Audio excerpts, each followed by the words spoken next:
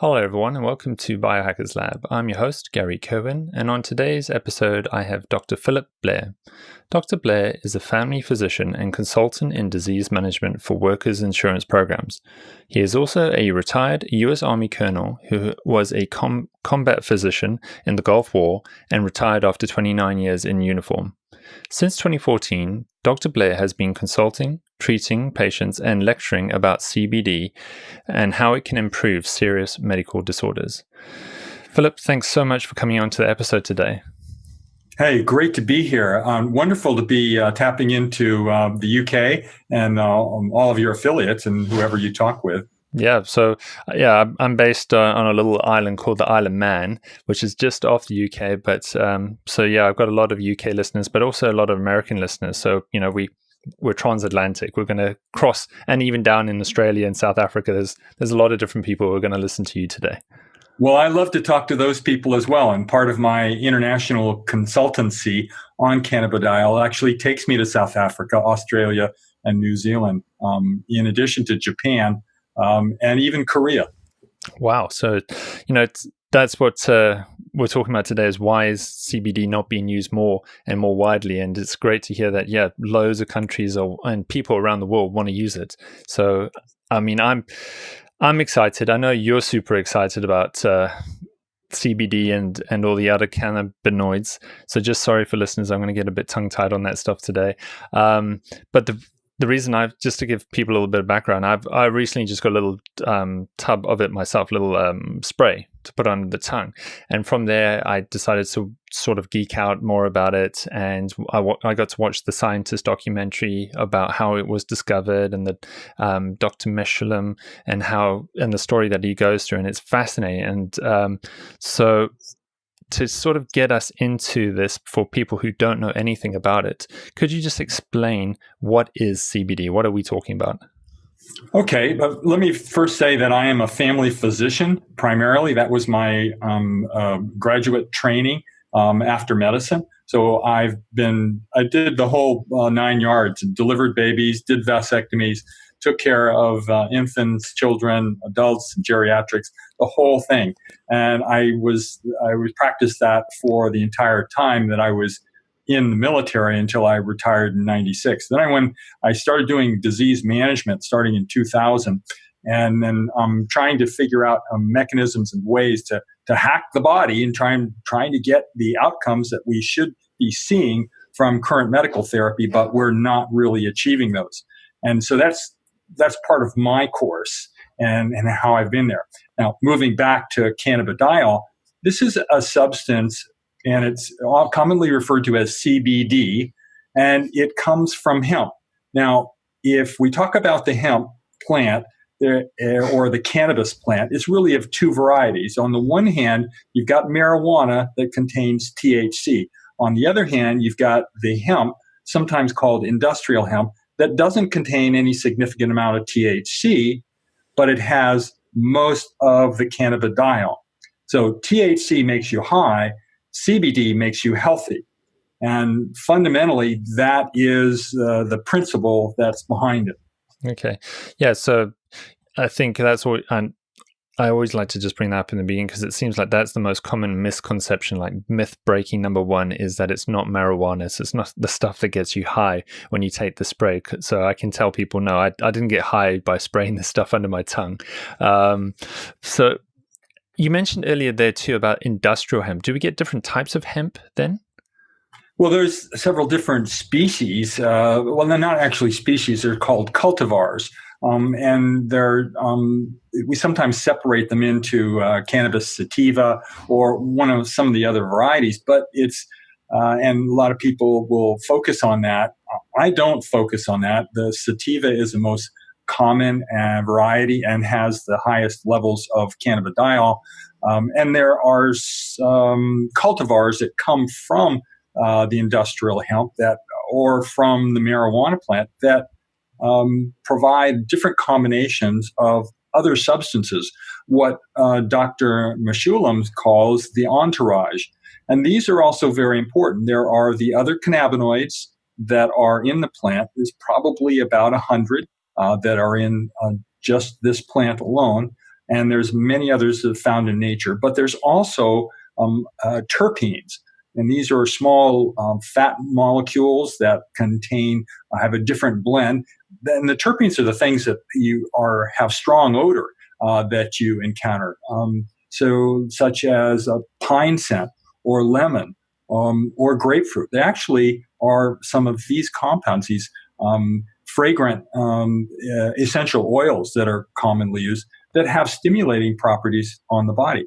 In addition, so within the plant, there are also flavonoids and other substances and phytols that are quite valuable to the body. We just haven't really drilled down into these biologic substances and the advantage.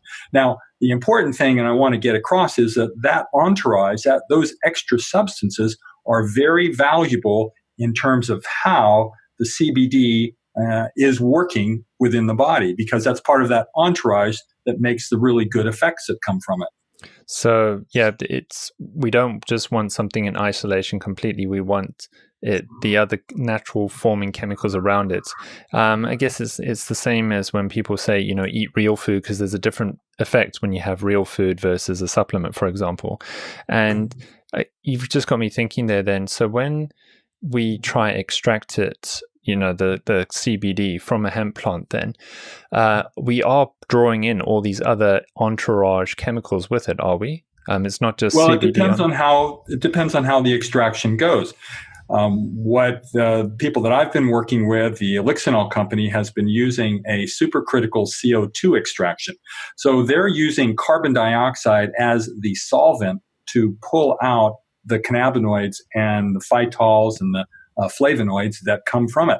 And that process gets the greatest and the fullest extraction of that entourage at the same time, whereas it doesn't contain any alcohol or toxic substances that are going to be irritating or cause any problem. It's also very healthy for the environment as well. Okay, so that's the top tip there already, is look for CO2 extracted CBD oil. That's what people need to look for.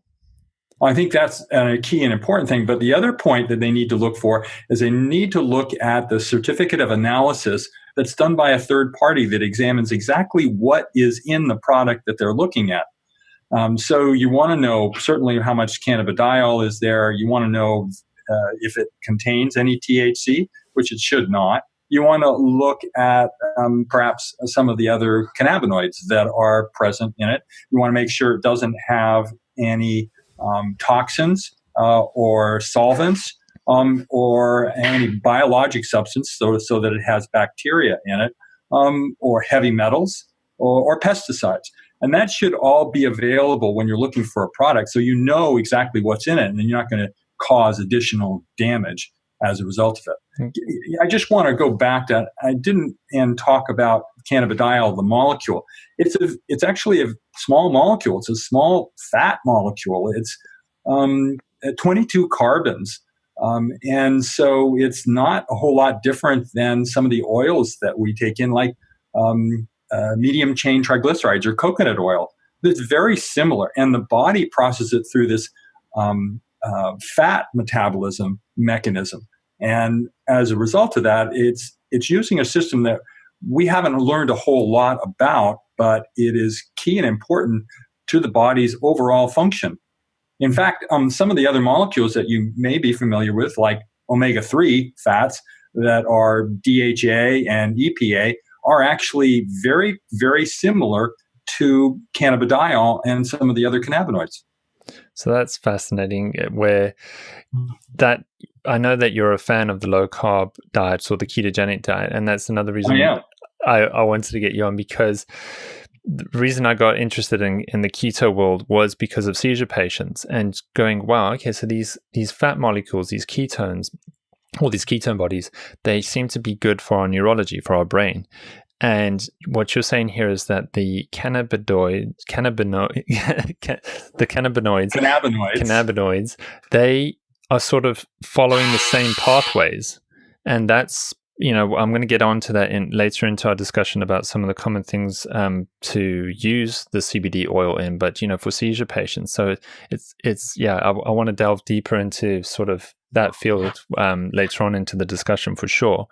But just pulling back into then, just to finish off with the quality aspect before we get into that. So taking hemp oil on its own is not the same as just taking CBD oil. So I guess, are you going to get a much smaller percentage of CBD in hemp oil if someone had to take it as a supplement, or is it, or the two the same? Right. Just if it's considered, it's hard to say. Depending, it's what the manufacturer really wants it to be. So if it's just hemp oil, then it's not a whole lot different than olive oil. You have to look at the individual ingredients and very, very low concentrations of any cannabinoids that are present in it. Lots of good things. There are some omega-3s, but it doesn't have a high concentration of any of the cannabinoids that are present in it. Now, oftentimes so you have to look very closely at the label, because some of the cannabidiol, the CBD products, are actually being labeled as hemp oil in order to probably get around restrictions and legislation and negative aspects that people associate with hemp, so that it's more easily available. And I can only explain it that way because you have to look at the label to find out how much cannabidiol is actually located in the product. Mm-hmm. Okay, so talking physiology stuff again, when I watched that documentary, I didn't realize that the human body makes cannabinoids. Sorry, I told you I was going to get tongue-tied on this one, but so if you could just explain that. The body has its own system for handling cannabinoid-like molecules.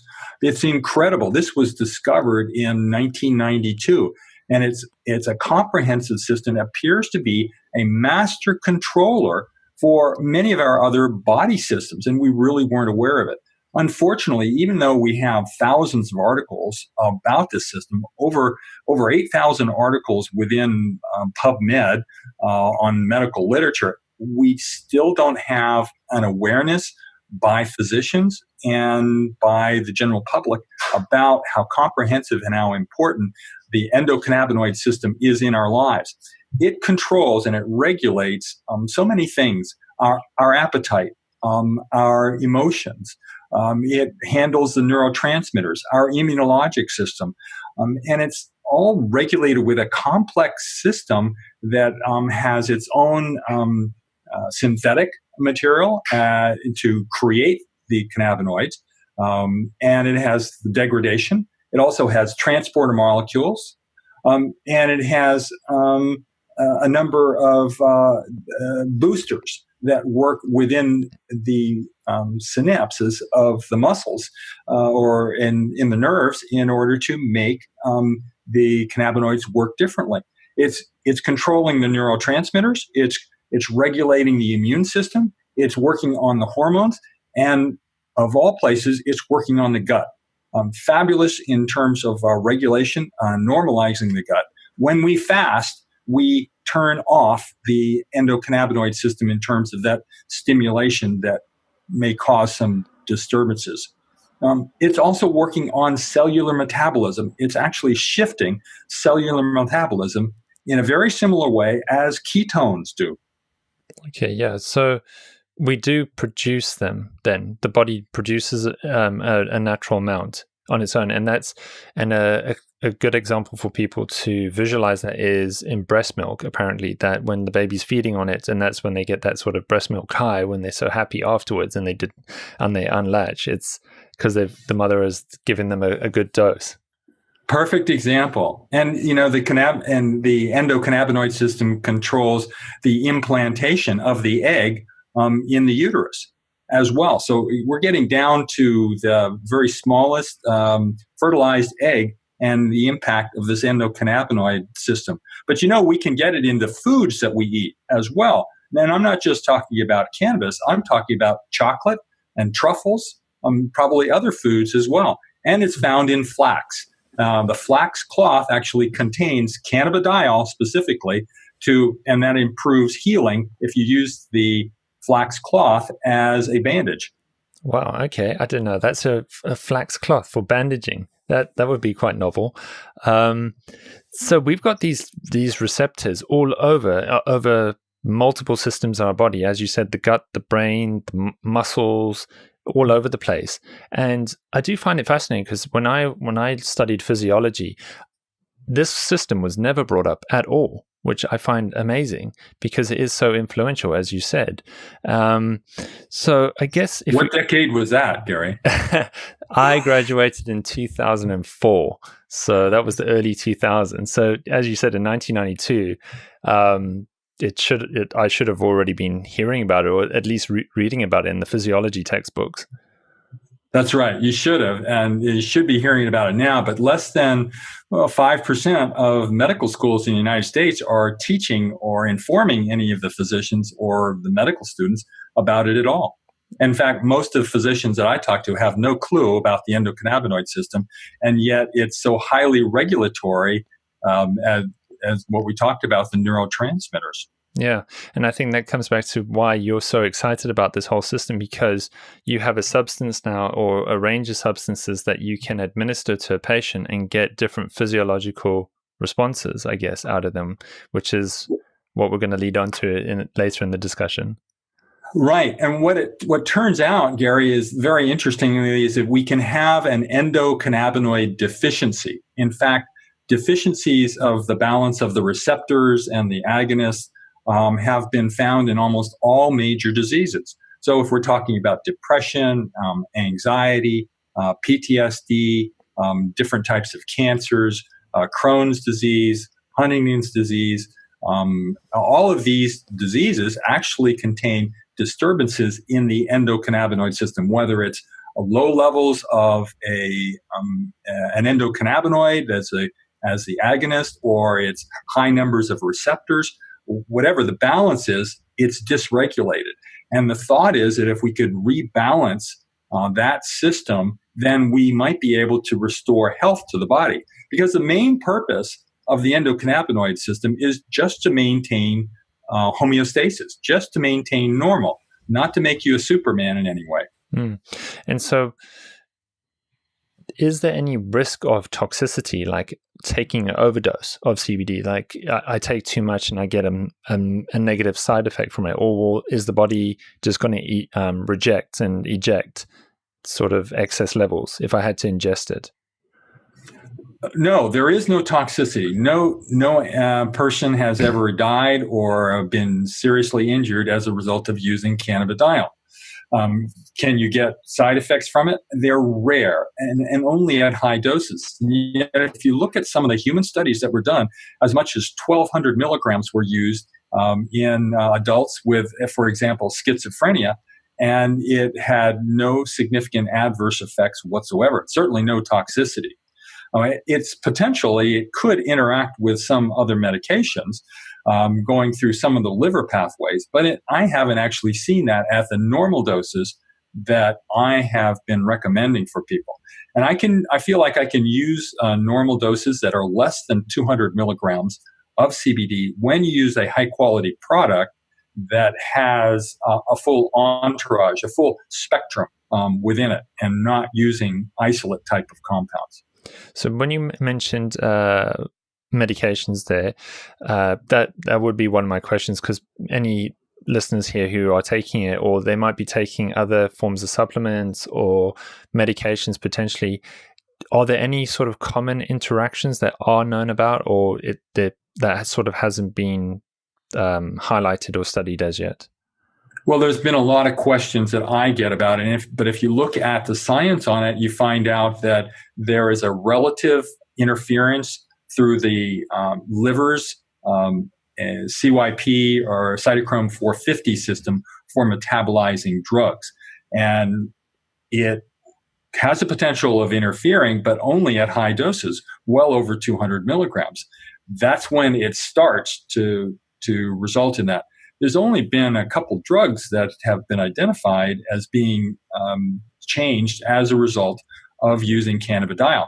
most of those drugs have been associated with epilepsy. So you are using neurotransmitter modulator type of drug like clobazam, which is a common drug that's used for epilepsy. That can raise, using CBD and clobazam can either raise the level or decrease the level of clobazam. And that's true for some of the other anti-epileptic types of drugs. And it's also true for some of the neurotransmitter types of drugs that we use for schizophrenia and for Parkinson's disease. L-DOPA is essentially a neurotransmitter, dopamine substitute to give to people. If you combine that with CBD, you could potentiate at the neurotransmitter level. So there is some synergy that happens with it. On the other hand, there is some very positive interaction as a result of using CBD with some other drugs, like low-dose naltrexone. It actually amplifies the effects of in a complementary way, not to make it excessive, but complementary. Antidepressants, SSRI type of drugs for depression.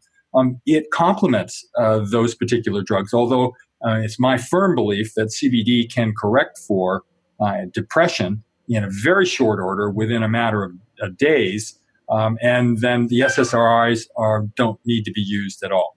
Yeah, and that would be exciting again, just for patients here, because usually, again, especially if we're talking antidepressants, when someone gets put on them, they tend to get put on them for quite a while, not just a couple of days. So, and that's exciting for you to say, like, no, here's another substance.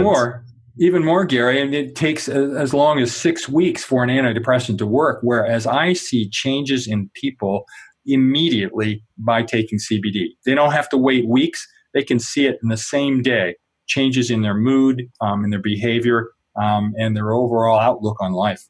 Fantastic, and it's a natural substance again at the end of the day, which I like. And so just moving away from medications then, supplements, when we were talking earlier about MCTs and other sort of fat-soluble vitamins, would taking CBD with supplements enhance their bioavailability, do you think?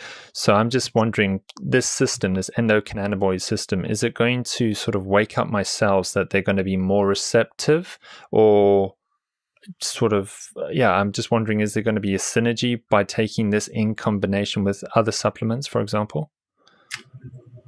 I think CBD is essential that you're taking in omega-3s. Omega-3s are incorporated in the endocannabinoid system. They're modified, and that's what their real benefit is. And so combining them is really important. But the two work synergistically and getting better effects. In other types of supplements, I think it's important that we supplement with vitamin D3 because we're just not getting the amount of sunshine that we need to. The other is iodine. We need to be taking that in. A popular culinary approach is to take salt and not include the iodine for taste factors. But if we're not getting iodine from some source, like kelp or seaweed, then we're really missing on the essential need for iodine within our bodies. It does appear to complement in some diets, particularly a ketogenic diet, because it looks like the two mechanisms seem to overlap and to amplify the benefits from both of those processes right down to the level of the mitochondria and shifting the metabolism in the mitochondria, making it more efficient and less reactive oxygen species that will cause inflammation. So your top tip earlier was taking a fish oil, a good omega-3 oil with your CBD, because those two seem to work very well together.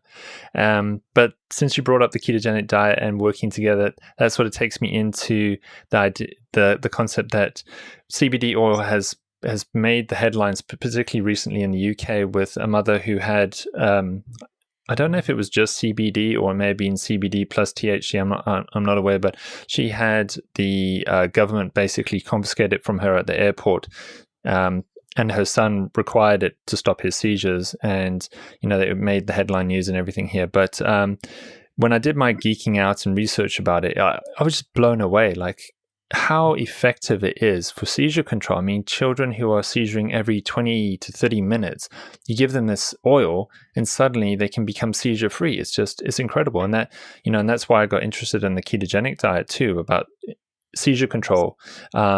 So I guess my first question is that, as you said, about the synergy between the two, do you think there is a neurological, like a brain benefit, if someone was using a ketogenic diet to have better neurology, better brain health, and taking CBD, like the two together, the ketones plus the CBD are going to just really help heal your brain?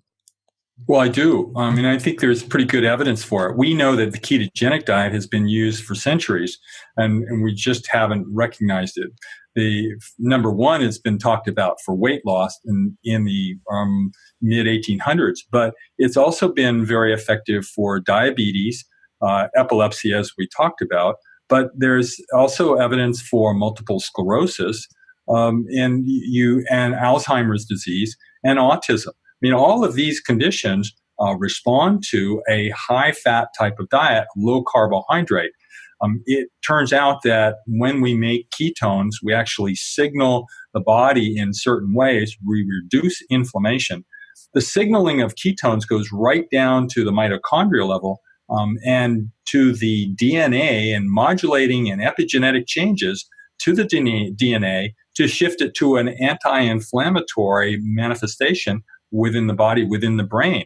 It does seem to improve functioning of the brain, as I mentioned, with MS and Alzheimer's and autism.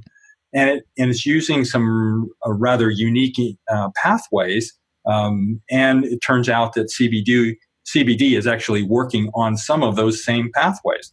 So you really are amplifying the maximum benefits that really affect the cognizance, the clarity of both the thought process, as well as what I've seen is actual visual improvements that go along with cannabidiol.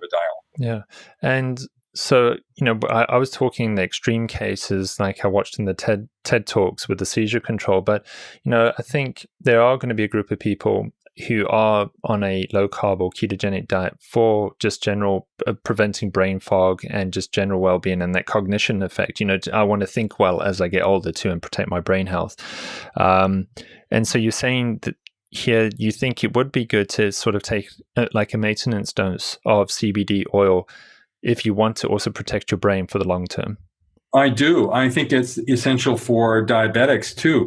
But we have inflammation in our body that gets turned on and doesn't turn off.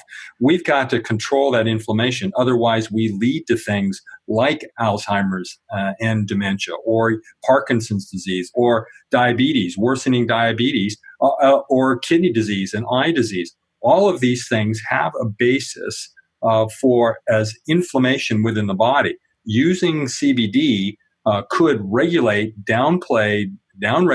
the inflammatory the immune system such that we don't face those complications.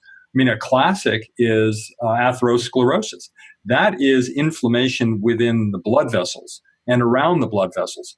If we could stop that process based on what I've read and have looked at, the CBD could stop that particular process and block atherosclerosis in the body and prevent heart attacks, as well as preventing stroke. Okay, so the main mechanism here that people will be benefiting from sounds like all these receptors are getting stimulated by taking the CBD oil, and it's this massive body-wide anti-inflammatory effect that's going from your blood vessels, near your heart to the back of your eye to in your muscle. And that, I guess, that comes into where the reported benefits of it is for things like pain control and joint pains too, because it's that anti-inflammatory effect. Well, that's part of it, but it's also the neurotransmitters.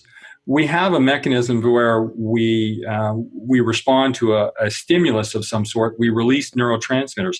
The cannabinoid, the natural endocannabinoid receptors are there that actually signal the cell that is releasing the neurotransmitter to signal it to turn down the volume, decrease the amount. And it's called retrograde type of stimulation and modulation. So it turns down the amount of neurotransmitters that are being produced, and it reduces that the height and the intensity that's going on. So it regulates, and it's supposed to modulate the body in a proper way. And I want to just go back to something you said, that you talked about stimulating the body. It's not always stimulation. Sometimes it's blocking. It's quite a concert in terms of stimulating on this side and depressing some other areas. And so that's why I like to use the term modulation.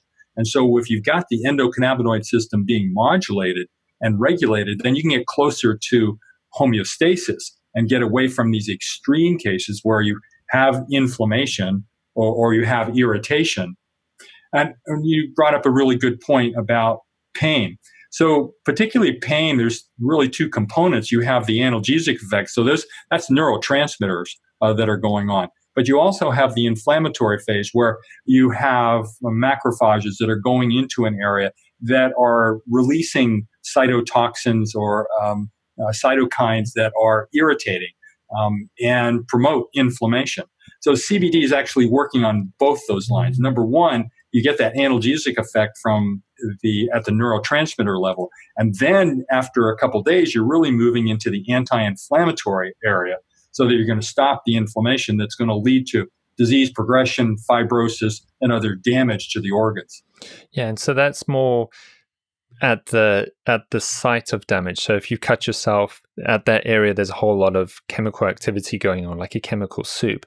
And exactly. And I did read, I believe, there was a study that was even looking at sciatica. So this is now your nerve pathways from your spinal cord down the root. And even in those cases, there was a benefit from if I think I did read that properly, but that would also be amazing that we're looking at like central pain pathways. So within the spinal cord and the neurology, is that being studied? I don't know if that is true, what I read, or. Well, it's being studied, but unfortunately, there are issues with getting the studies done in humans, and many of the review boards have not allowed human studies, and are having difficulty getting particular products. It's being looked at. It's been looked at in animals, and there's a lot of what we call preclinical studies, but there's not very many that are going on in humans. Everybody's waiting for a pharmaceutical product to be produced, but typically pharmaceutical products are isolates. They're dealing with just cannabidiol. And as we talked about before, you really need a full spectrum in order to get the balance that you would like to have and the enhancement from the other substances that are located with the cannabidiol. Mm. And when you were mentioning earlier that when you ingest it, it's going to stimulate or raise the activity of certain chemicals, but your body's also going to potentially use it to dampen or quiet down certain chemicals. And that's just amazing to hear again, that so we're taking this substance in and it is helping regulate, it's helping that homeostasis, that balance, that fine balance the body is always trying to do. And again, just to think it's doing that over many systems, cardiovascular system, hormone system, gut system, so many systems where it's trying to allow the body to go, oh, right, okay, I'm making too much of this, or no, I need to make more of this. And at the tissue level, right down to the cellular level. So for instance, CBD is an excellent anti-inflammatory. Great, a terrific anti-inflammatory, and it'll protect the normal cell from damage as a result of toxins, of heavy metals, or from injury from chemicals. But at the same time, if we're dealing with certain types of cells, like cancer cells, it kills and it promotes the death of cancer cells. An amazing intelligence. Some people call it an adaptogen, something that adapts to the particular situation and institutes the right kind of response that we need for homeostasis, maintaining balance in the body and maintaining health. Yeah, and when I watched that documentary I mentioned earlier, The Scientist, one study was brought up there about how effective it was for children who were undergoing cancer treatment, and they just didn't have the massive negative side effects. So in that case, the oncologist, the cancer doctor, was giving them CBD oil, and she knew which was placebo or not, is what they said in the documentary, because she knew, like, oh wow, this group is just not vomiting and they're not going through all these terrible side effects, but this group still is. So she said she knew immediately which group was taking CBD, so it wasn't completely like randomized double blind. But it's much more than just controlling the symptoms. What I've seen in a number of patients is an enhancement of the killing effects of the chemotherapy along with the CBD, as well as protecting the normal tissues. I've had dozens of patients with cancer using cannabidiol. I really promote people using it during the time they have chemo or radiation, because it's going to protect the normal tissues against those side effects, but also the tissue, the normal tissue. And it's going to enhance the killing effect of the cancer out of the chemotherapy on the cancer cells. So is it accepted by oncologists? Are they either recommending it or they're happy for patients to take CBD oil? I don't know of any who are recommending or using. I'm trying to get my foot in the door and talk with them about my experience, but so often they're looking for double-blind controlled studies which are very hard to produce and really require a pharmaceutical company with the deep pockets in order to do the kind of studies that they would be looking for. On the other hand, I talk to patients and I try to empower them with the understanding that these substances are food products, and that they're safe. They're not toxic. They don't have any significant adverse effects to them. So that if they're taking a food, nobody's really going to object to the food result of using a food. And try to empower patients so that they are doing the research, finding out for themselves, and maybe bringing it and definitely bring it up with their doctor, but not succumbing to the negative information that might come from a lot of physicians, particularly even in the oncology area, unless they feel that there is some sort of possible interaction. But even then, I've not seen a negative interaction with oncology and with chemo and radiation therapy that of any concern. And on the other hand, I've seen some great remissions, people doing very, very well, recovering and maintaining remission for a number of years. Well, any patients who are a little bit concerned with cancer patients, I guess they can maybe somehow contact you just to find out for some more information, because, it's people, then that's why I wanted to interview you. It's people like yourself that help to educate listeners and to educate people who are on a hunt. They're on their own N=1 sort of research discovery of what they want to do with their own body and their own health. So we've talked about seizures, we've talked about cancer. I mean, these are all big medical events too, and that another common one which you already touched on earlier was the SSRIs, the antidepressant drugs. So I see another common form that why people want to take it is for anxiety and depression, and you would say that it is good if you're prone to those symptoms, then a dose of CBD oil will be a part of your journey to help you recover. Oh, absolutely. I love to talk to people with anxiety because in 95% of the time, I can control it and regulate it, or they can, using cannabidiol. And it happens immediately. They don't have to wait a while. And they can get away from the benzodiazepines, the Valium type of drugs that people are using that can be addictive and can have some significant side effects with it. So using the CBD, you have to adjust it according to your particular need. But like with the product that you're using, you probably need to adjust it according to your symptoms. And then what I tell people is to titrate it, or just increase or decrease the dose according to how you respond with it. There's no toxic dose. You can take as much as you want. It is a food product primarily. So use what you need to control your symptoms and conserve where you want to conserve for expense-wise, and know that there are long-term benefits, not only the immediate, but there are long-term benefits that are going to happen physiologically within your whole body. And yeah, we haven't got into the dosage stuff. I do want to get into that because, yeah, whenever it comes to a natural substance, I always try to think of what is the clinical dosage that's needed. If I'm a big guy versus a small lady, do we need different dosages or different situations, as you meant, and how we respond to it? So, what for the extreme cases, I'm calling them extreme, but for these children that were having these multiple seizures in a day, what kind of dosage level are we talking about there? So for kids and for seizures, I have a general guideline of about 1 milligram per kilogram. And this is a bit of the exception. I usually don't go by the kilogram weight because everybody has a different level of endocannabinoid deficiency. And if they're deficient, if we can replace that or modify that, then they'll get back to normal. However, in this particular area, it's really common to use the per kilogram. So for most kids, even adults, 1 milligram per kilogram is a great area, great target for a therapeutic dose that I find 70% of people do respond to. Some respond less than that. Some require higher levels of it. In certain types of syndrome, they may require as many as 10 milligrams per kilogram.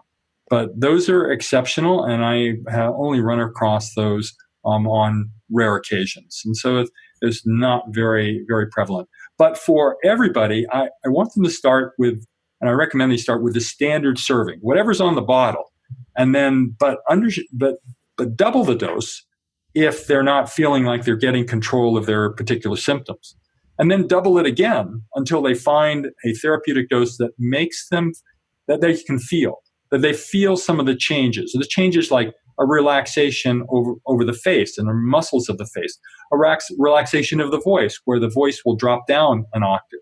They might start talking faster. They'll show some humor and conversation. They'll be more socially inclined. There'll be a rising energy that they'll have as well. So a lot of and there's also the analgesic effect. If they're in pain, you'll see a diminishment of the pain to some degree.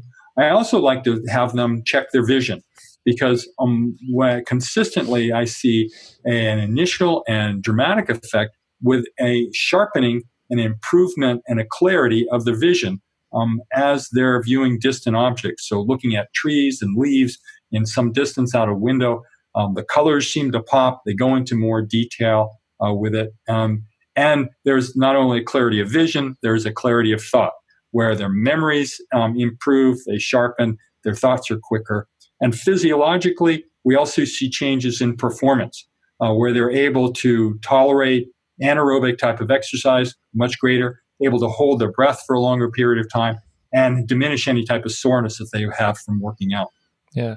So I listened to one of your previous podcast episodes, and you brought up the vision aspect of that too. And I've only been taking my CBD oil for 7-10 days. It's not really that long, but the vision thing, I actually think there's something to it. I mean, I've been looking into the distance, over the summer now. I live near the sea, and I do notice that the mountain range across the ocean from us looks clearer. And when I look at the fields and the animals in the fields, there's something to it. And I think you're definitely onto something there, where you're saying that it has a vision component to it. So even if anything, and if you've got some visual issues, why not just give it a try? Just see what it does.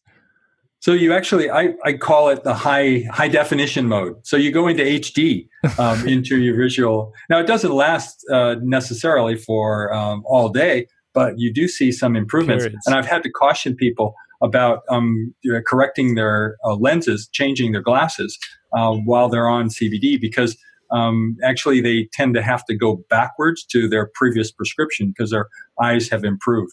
Yeah, again, just to think, because your eyes are an extension of your brain. And so here's the substance again that's helping the neurology, the brain, the retina, whatever is happening in there from this chemical effect, this endocannabinoid system. I just find that fascinating. We want good visual health. So if you've got good visual health, it's doing something to the neurology. And I just love that idea. So what about sleep? How have you done with sleep? Have you noticed an improved sleep quality? Yeah, I would say I wear the Aura ring for tracking, and I would say my REM is definitely better, and less turning at night too. So I've got two young kids, and they do wake me up very early because they like to wake up early with a light. But no, looking at that, I would say too, a more peaceful sleep, so less sort of wakefulness during sleep and more REM are the two big things I think. Exactly I would say. what people report to me consistently. Now, it doesn't put you to sleep. In fact, there's another one of these paradoxes: is that it can actually wake you up. If you take it, when you take it, you can actually get stimulated so that you're alert, your mind is going and moving. But then it also improves your sleep. So it's quite a paradox. I ask people not to take it right before sleep, within 2 hours, because it can have that activating effect and maybe stimulate them so that they don't sleep. Another thing, have you noticed vivid dreams? This is a common effect of CBD. Yeah, and I think that comes into that REM component. My dreams are pretty good. I'm normally a good dreamer too, so hard to say if that's different, but the data is showing that REM's looking good. So no, sleep quality. I'm not normally a bad sleeper, but there's definitely something to it there too. And I feel good in it. I'm so new to it, but that's why I'm so excited about the stuff too, just as you are. I don't know. It's in 7 to 10 days, I think I can feel quite a nice difference in my body, and it's not an extreme change either. It's just this good feeling, and you're just getting back to normal. I mean, it's you get to be all that you can be, and your relationships with your wife and your children are really positive. You're not blowing up. You don't have the tenseness that goes on. You're conversing. You want to talk to people. You want to interact with people. Very, very positive events that are happening. You're just being human. And what about empathy? Have you noticed yourself being particularly empathetic for people who are suffering or having difficulty?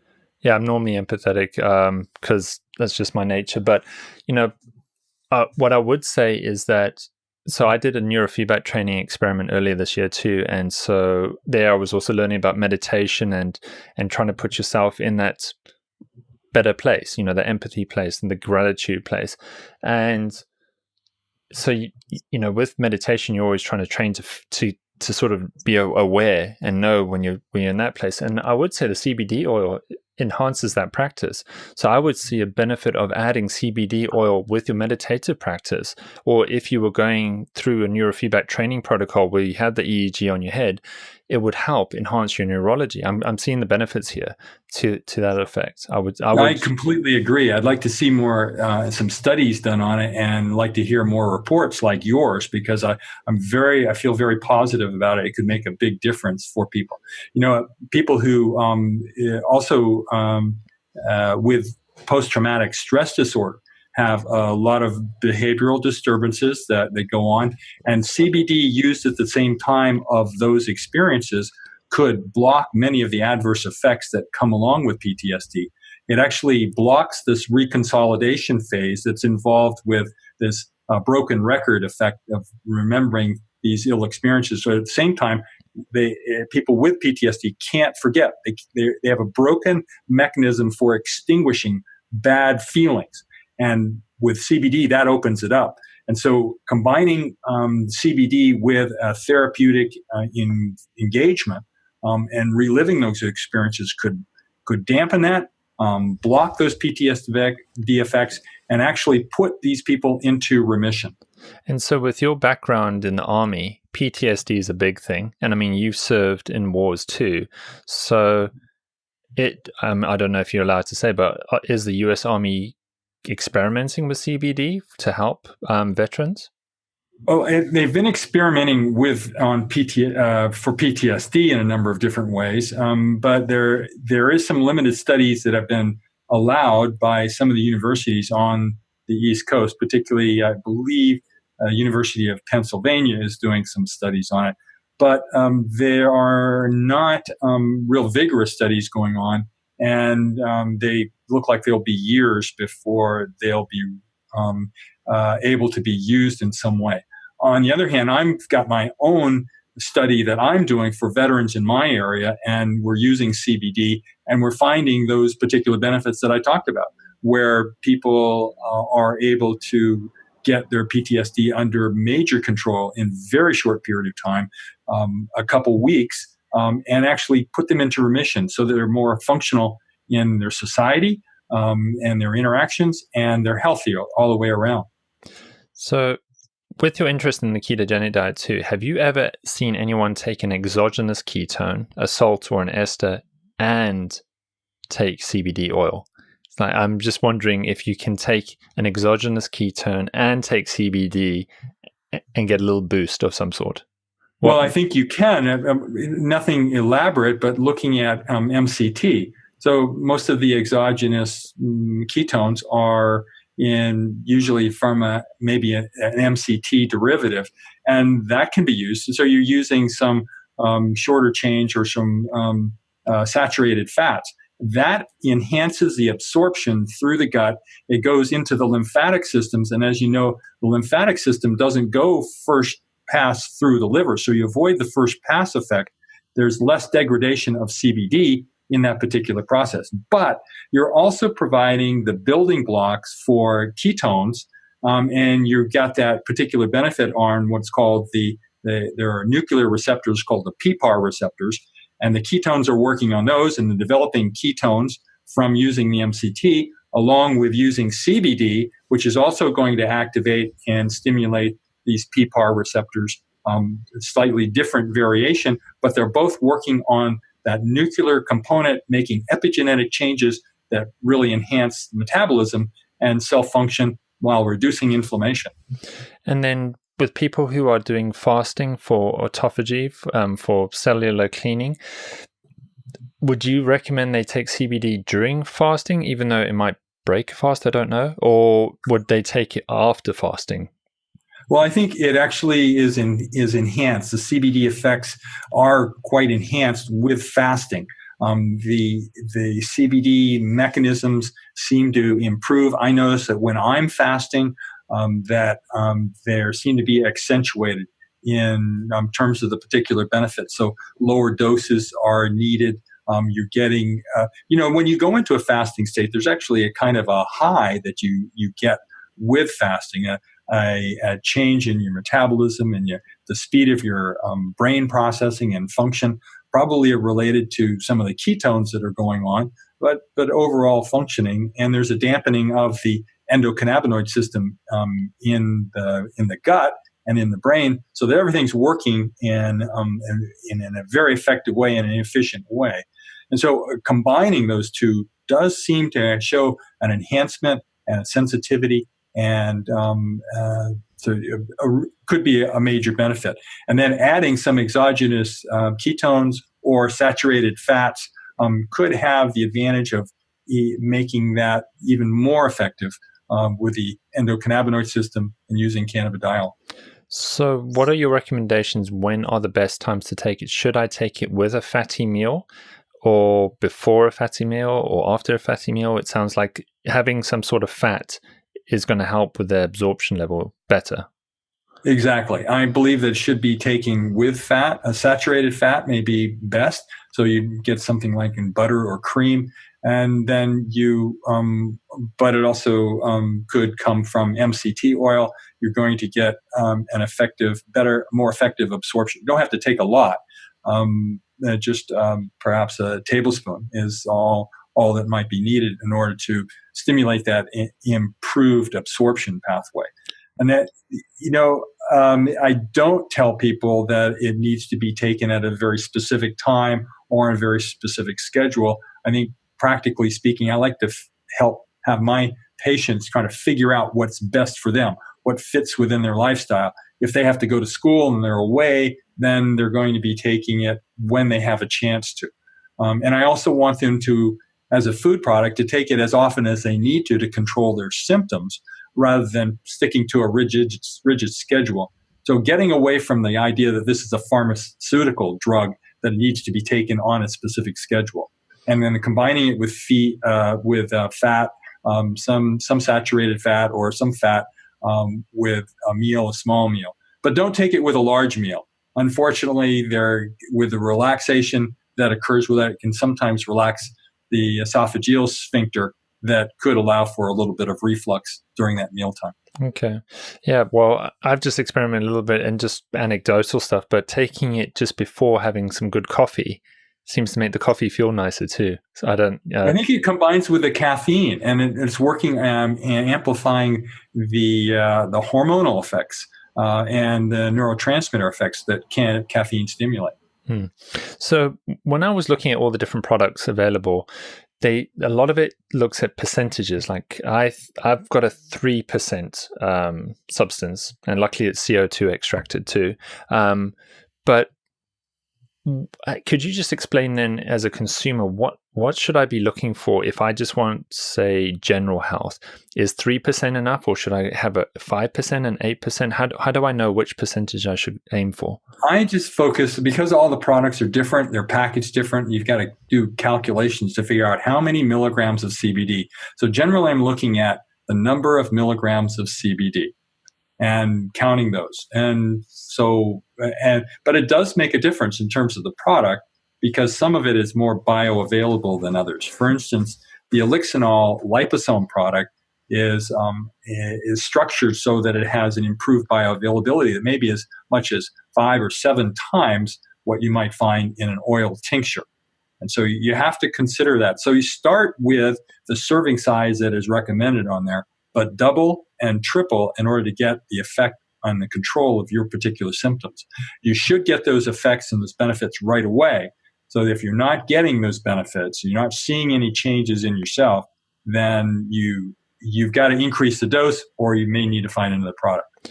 And from what I understand, it seems the best way is sublingual, so underneath your tongue. Yeah, you get immediate effects by doing it that way. I say it is probably the most effective through the oral route. You get really good absorption through the mucous membranes, and then the gut is sort of second. But this can also be vaporized, and the vaporizing delivers 95% efficiency in vaporizing it.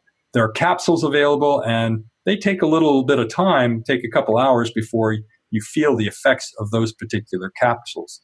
And then there's different forms that you may be using a tincture of some sort that's mixed in with another oil, whether it's olive oil or MCT oil. MCT, yeah, that's what's on the bottle here. Well, one other way you can use it is topically. And I frequently encounter people who have an injury, a burn, or a laceration, or a painful area, and I have them rub it right into that area of pain and get relief within a few minutes. Yeah, well, I actually have been doing that, where I have a little mark on my skin here, and after I've sprayed, there's a little bit of residue, and I just take that and I've rubbed it, and I've noticed a change. That was random. I was speaking with my wife today about that, and she's like, "Are you really seeing something? I don't know. You just, you're talking about your vision thing, and now your skin." And that's the most common thing that I get feedback is they say, is this placebo effect? You told me I might feel something like this. I think it's placebo. It's just my imagination that these things are getting better. I don't completely understand that. When you have symptoms before and then they go away after you take this food, then why wouldn't you attribute it to the food? But more often I get placebo, that I've hypnotized them into thinking that they've made these improvements. So, it's good to know then. So just coming back to understanding with the dosage wise, that, yeah, I can play with the different dosages. There's no problems. I mean, when the biggest dosage I think I saw, does it go up to something like 20% or 40% a tincture? I mean, are those only really used for those seizure patients, those cancer patients? Is that what they need to take? Well, there are some, but I don't recommend high doses of CBD for cancer patients. And the epilepsy, there are a few that have to take some high concentration, but I always recommend a full spectrum product. And you don't usually get the full spectrum in those really, really concentrated products. So I'm not enthusiastic about that. And that's so rare. I don't see those cases very often, and but I do just continue to adjust the dosage and maybe use some complements to the endocannabinoid system, like the omega-3s, or maybe some of the other cannabinoids that are available, like beta-caryophyllene. and which is actually, it comes from broccoli extracts. Correction, that actually comes from hops and basil and oregano. So it's one of those oils that we get in a lot of the food stuff. Now, in the study that I'm doing here, we're combining it with whole body vibration so that it's a exercise stimulation that also goes into it. So as part of the improvement of the individual, they need to be considering all those healthy aspects like exercise, diet, sleep quality, meditation, all those things that we've known about, and a good healthy diet. Hopefully incline people towards a ketogenic diet, but people have also had great success using a vegetarian diet that excludes modified products that are have been adjusted or fabricated in some way. Mm-hmm. So it's good to know then. So it doesn't mean the stronger the dose that a company might sell, the better it's going to be for an individual for general health. You don't have to think like that. You can go for those lower percentages and as you said, just adjust and titrate and just see how you respond and how you feel for whatever you're achieving.